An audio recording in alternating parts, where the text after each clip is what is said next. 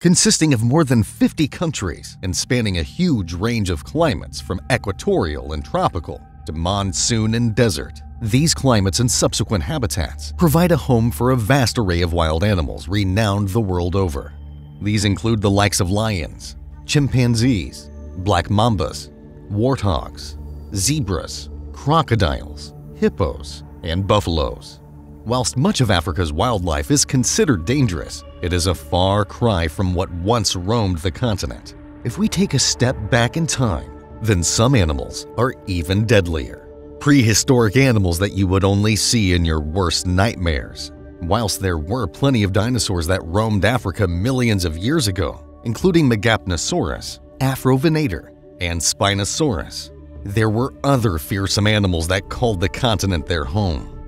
Today, African crocodiles are responsible for many human fatalities. Statistics vary widely from claims they kill around 200 people a year on the continent, up to 3,000 a year. As terrifying as these animals may be, they were nothing compared to the Sarcosuchus. These distant relatives of today's crocodiles lived in Africa from 133 to 112 million years ago. Some believe that this was the largest crocodile to have ever lived, with some estimating it measured 12 meters or 40 feet long. Its head alone was as long as a man, and it is thought to have hunted dinosaurs of the time, capable of dragging sauropods into the water with its incredible bite force. Whilst very similar to crocodiles, it isn't thought that the Sarcosuchus performed a death roll to dismember, disorientate, and drown its victims. Instead, they clung on and dragged them below the surface until they succumbed. Their fossils have been found in freshwater river systems in what would have been a humid tropical climate in today's Teneri Desert in the south-central Sahara. But freshwater habitats wouldn't have been the only place you would have to be careful of, for mighty beasts lived in the seas as well. In modern times, occasional shark attacks make headlines, none more so than Black December, a time during 1957 when multiple shark attacks claimed lives off South Africa's Durban coastline. But today's great whites are mere goldfish in comparison to what once lurked in the open oceans. Perhaps one of the best-known prehistoric creatures is the megalodon. This was an enormous shark measuring over 20 meters or 67 feet long and weighing up to 60 tons. They were the largest macro-predatory shark ever to have lived and would have dwarfed today's great whites. If a human were to be eaten by a megalodon, then they would barely be considered a snack. They would have been swallowed whole. But humans didn't exist during the Miocene and Pliocene 23 to 3.6 million years ago. Instead, these massive sharks would have fed on whales, other sharks, and sea turtles. They had the teeth to devour anything in their ecosystem.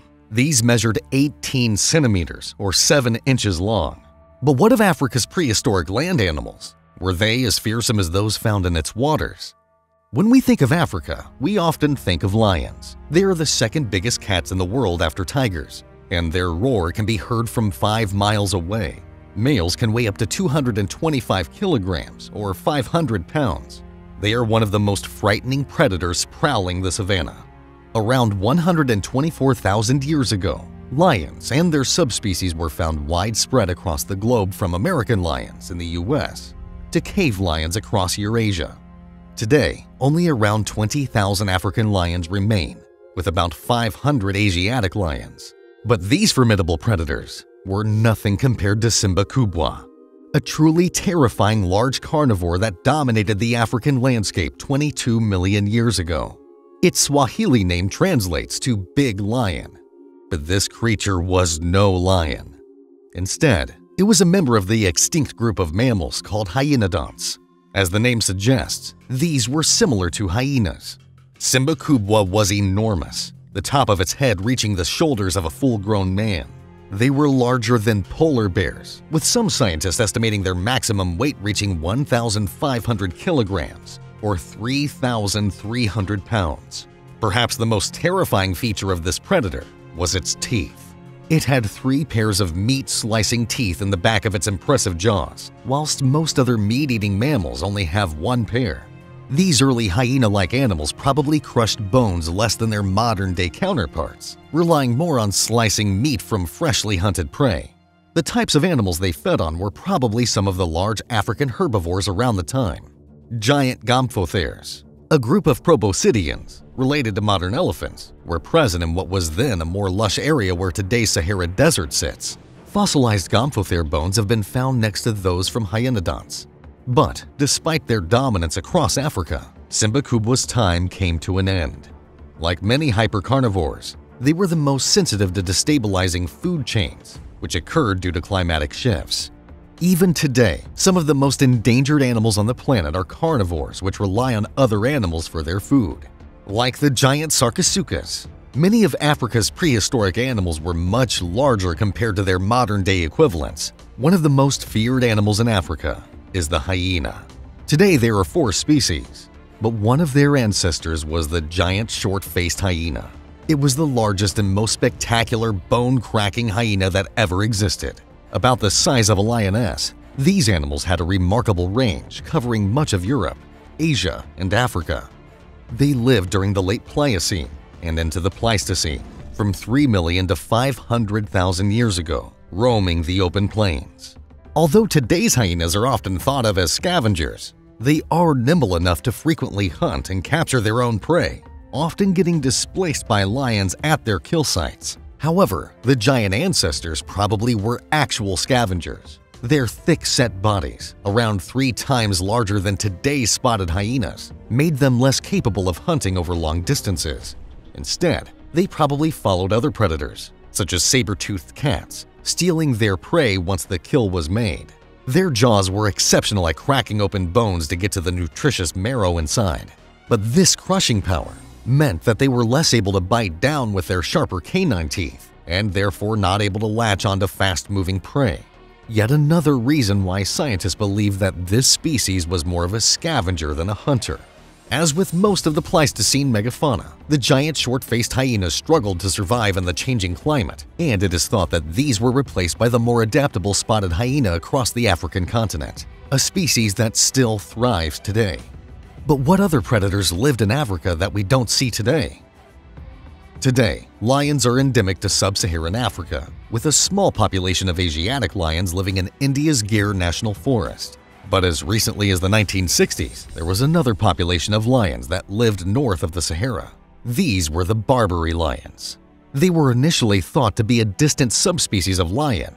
However, genetic research shows that it was too similar to the Asiatic lions to be considered separate. They lived in the mountains and deserts of North Africa from Morocco to Egypt from as far back as 100,000 years ago until modern times.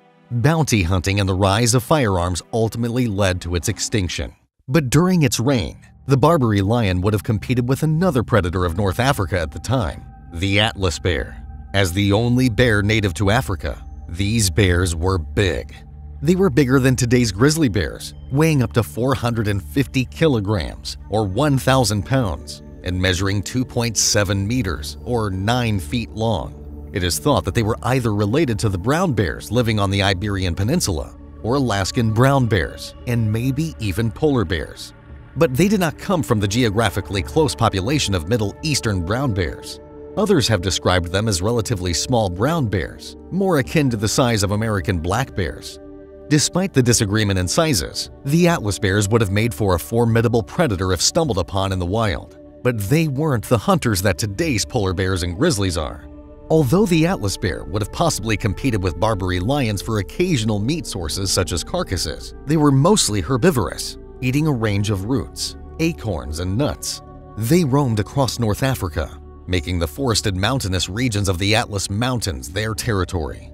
Across Morocco, Algeria, and Libya, they were hunted for sport by the Roman Empire. They were released into colosseums to fight the gladiators or used to torture and kill criminals. Then, when modern firearms became popular, the few individuals that remained were hunted to extinction. The last known Atlas bear was hunted in 1870 in the Tetuan Mountains in northern Morocco. The African continent has seen a vast array of prehistoric fauna in its time. Some of these creatures made it into modern times only to be slaughtered by humans. But there is still an impressive ecology that graces the continent, some of them still clinging to existence in small pockets of wilderness. Some of them are the most deadly animals on the face of the earth. That's all for today. If you enjoyed this video, don't forget to like, subscribe, and share it with your friends. You can also leave a comment with what you would like to see in the following videos. Thanks for watching. See you next time.